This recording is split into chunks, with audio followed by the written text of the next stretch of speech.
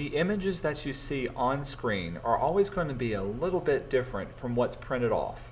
Now you can see from this one it's a very, very red photograph, and we'll adjust this red print in just a minute. But to see what profile that you're working in, you can go to Edit and then down to Assign Profile. This will bring up your Assign Profile document. Right now I'm working in RGB mode. And if you choose to change it to profile, you can choose a variety of different ones, but in general, the Adobe RGB is the most common one.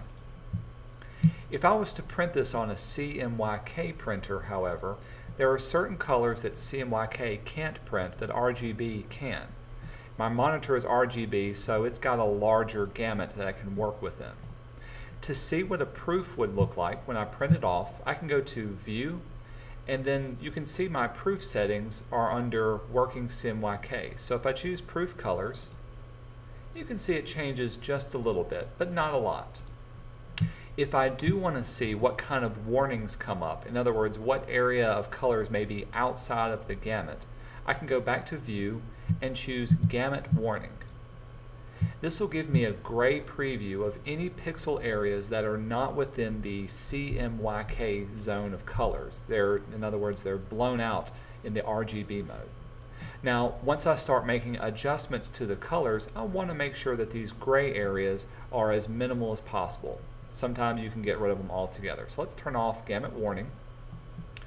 I showed you before how you can use the levels adjustments to do this, but you can also do the same either through curves or through color balance. Let's look at color balance first.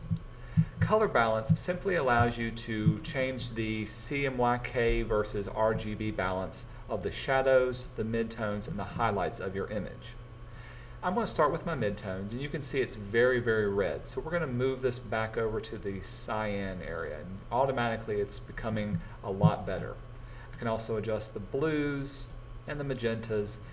There is a lot of art to it, so it takes a little bit of playing around. But you can see by readjusting this very quickly, I've got it back to a normal color range. I'll hit cancel. We'll go back to what we had before. The other way of doing it is going to Adjustments and choosing your curves. The curves allow you to choose a specific dark point and light point on your image and adjust it based on that dark and light point.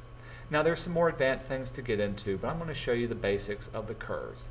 As with the levels, you can adjust the red, green, and blue specifically, but if I was to click along this line, I can drag it to curve the area to be a lot lighter or darker based on the area that it's in, and it's going to naturally, gradually curve it. If I was to click again, it would give me another starting point, and I can make that area much higher or lower. Notice that when I do this, it's going to push some of these areas into and out of gamut, and it'll give you some really dramatic type results. Obviously, that's way, way too bright. But to work a little bit better, let's choose red, and we can click and drag this down, and now you can see my reds are starting to become a lot more tame in what I'm working with. Same way for the greens or for the blues. I'll hit cancel, and let's do it the old-fashioned way. Let's go to Image and do Auto Color. Let it automatically color and maybe auto tone what I have. Much, much better.